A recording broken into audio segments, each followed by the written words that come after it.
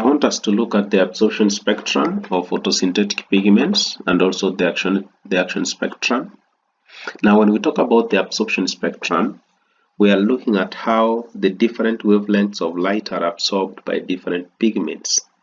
Now, I want us to look at this graph, for example. It is showing the relative absorption of light against that light wavelength in nanometers. And you can see from this we have chlorophyll A, which is shown by this dark line here. We have chlorophyll A, which is shown by this line here. Then we have chlorophyll B, which is shown by this line here. And then we have the carotenoids, which is shown by actually this line here. And it ends in at the beginning where we have actually the green light type of spectrum. Now, and the whole chloroplast spectrum showing the full absorption spectrum, meaning the average of both the chlorophyll, the A, B, and the carotenoids.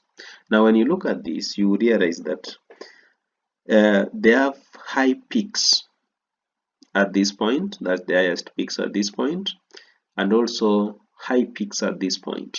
But at this point, you realize we have low peaks in the actually the green yellow region.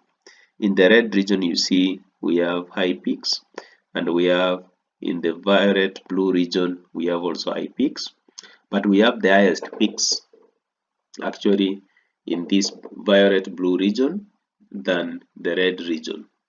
Now I want us to look keenly on chlorophyll A and chlorophyll B and the carotenoids, how they are behaving in this absorption spectrum. Now I want us to start with the absorption spectrum of chlorophyll A. Now the first thing is that we are saying that the absorption peaks in the violet and the lower part of the blue and in the red part of the spectrum. Now if you go to our absorption spectrum graph here, you realize that actually the chlorophyll A, which is this, it is peaking in the violet region and the lower part of the blue region, and it's also peaking in the red region, as you can see here. But in the blue-green region, sorry, the green-yellow region, you realize that there is low absorption, that is low relative absorption of light. Now, on the next point, we are saying that the absorption peak in violet blue is higher than in the red. Actually, that's what I mentioned before, that you can realize at this point, there is high absorption peak as compared to the peak in the red region. Now, you can see we are talking about there is very little absorption in the middle part of the spectrum, where we said of the green-yellow region. So that point you realize the curve is also almost flattening. It also reflects the upper part of the blue, that is, it reflects the upper part of the blue and the green, meaning that light in the blue-green region is actually reflected back, and therefore it's not absorbed, and that's why you realize that those leaves, they appear to be blue-green for such a plants. Now we have the absorption spectrum of chlorophyll B, which is now we said is actually shown by this curve here.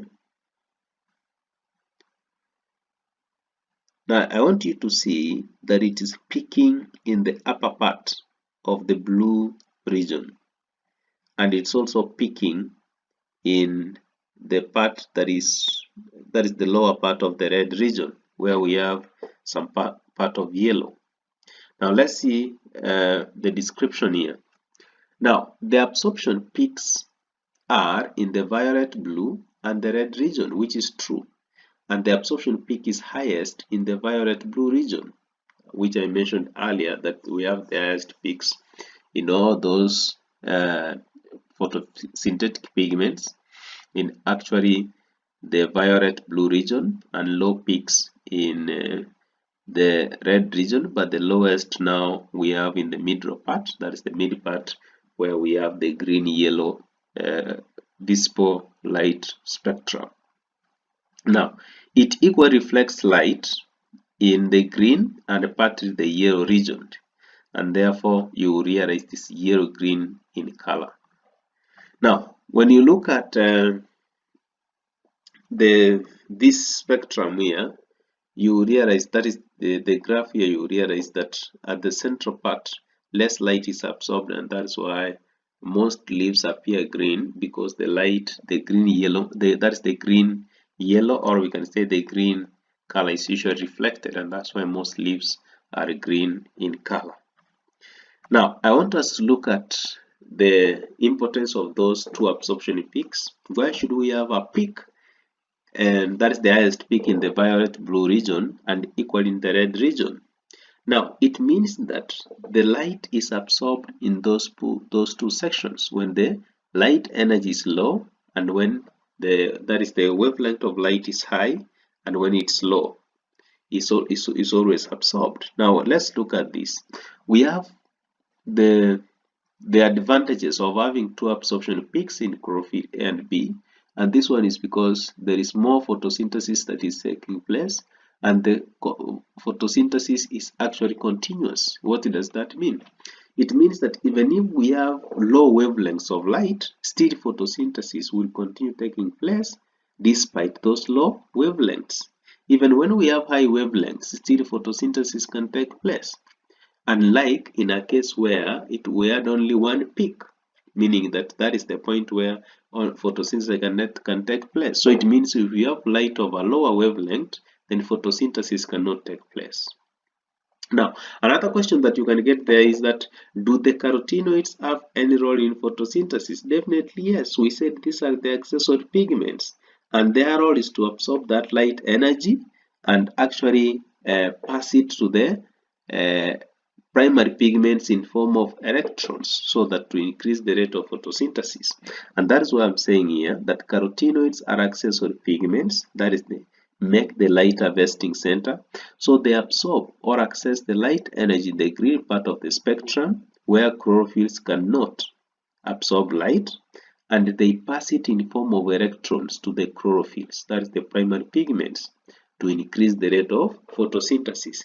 You remember we said that the primary pigments, they make the reaction center in those photosystems, while the carotenoids, they make the accessory pigments, and these ones, the accessory pigments, they are the light harvesting center. So once the energy is trapped by the accessory pigments, it is passed to the primary pigments in the reaction center, where we have the specialized chlorophyll A, and this where we have the photolysis, actually the light dependent reaction taking place in terms of the release of electrons, and these electrons are passed through the electron transport chain in the photophosphorylation process, where ADP combines with inorganic phosphate to form ATP. Now we have the action spectrum of the photosynthetic pigments. Remember, we have said that the absorption spectrum, it shows how different wavelengths of light are absorbed by different pigments. Now, what's the role of this light? It is required in the process of photosynthesis. Now, we want to look at the action spectrum of the photosynthetic pigments, meaning that how they show how the rate of photosynthesis occurs at different wavelengths. Now, there is different rates of photosynthesis at different wavelengths of light. Now, this experiment was done by T.W. Engelmann, whereby he used filamentous algae and he placed that algae in different wavelengths of light. Then he used the aerobic bacteria, which usually moves to where we have most oxygen. Remember, when photosynthesis takes place, oxygen is released. Now, he used the aerobic bacteria, which will always move to where there is most oxygen, meaning the more the oxygen, the more the higher the rate of photosynthesis. And that's why we are saying that he used bacteria that move towards where most oxygen is released, because this is directly related to the amount of photosynthesis occurring. Now, this T.W. Engelmann succeeded to realize that the point where we have the highest peaks in the absorption spectrum are the same points you realize that we have the highest peaks of photosynthesis. And that's why you are seeing that in the violet blue region we have a higher peak, and also in the red region we have also a higher peak. So that clearly tells us that photosynthesis depends on the amount of light that is being absorbed. The rate of photosynthesis is affected by the amount of light energy that is absorbed. Now, I want us to understand that that graph clearly shows us that the violet, blue, and the red give the highest rate of photosynthesis. It's only that now you realize that the violet blue region, which is this point here, will give the highest peak or the highest rate of photosynthesis. And you will realize that this is exactly the same point in the absorption spectrum that was actually giving as the highest peak as compared to the red region, which was giving you a peak but a bit lower as compared to the violet blue region. Now, I want us to look at the correlation between the absorption spectrum and the action spectrum. When we talk of correlation, it means that as one factor changes, it shows that there is a relationship, that there is also a change in the other factor.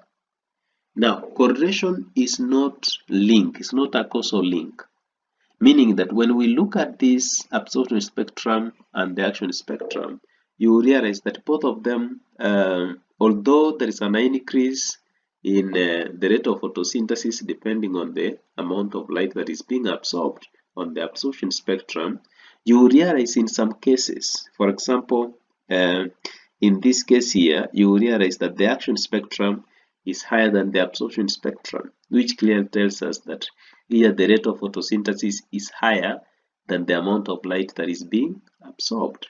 And that's why we are saying this is a correlation, because it is not clearly telling us that it is a link, a causal link. If it was a causal link, it means when the absorption spectrum peaks, then the action spectrum also peaks, but at a lower side, not higher than the absorption spectrum. Now, we can say that from the absorption spectrum, violet, blue, and red are highly absorbed actually by chlorophyll A and B. Then from the action spectrum, you realize it is the same wavelengths that give the highest rate of photosynthesis. That is what we are seeing from the graph here. The absorbance or the oxygen evolution rate, you realize as it is high at the points where we have the violet blue region. They are low in the mid part where we have the blue, that is the green yellow region, and then we have another peak in the red region, but which is slightly lower than the one in the violet blue region. And that clearly shows us that the absorption spectrum and the action spectrum, they are correlated. As the action spectrum increases, the rate, as the absorption spectrum increases, the rate of photosynthesis equally increases, which is represented by this action spectrum here. Now, next time we look at the biochemistry of photosynthesis, and that will be our next section. Now, for now, I want you to understand there is a correlation between the action spectrum and the absorption spectrum, both peaking at the violet blue region and the red region. However, it's a correlation. It is not a causal link, that when the rate of photosynthesis is high, that also the absorption rate is very high. It's a correlation because at some point, as I've said, you realize that the rate of, that is the absorption spectrum is lower than the action spectrum, and sometimes the absorption spectrum is higher than the action spectrum.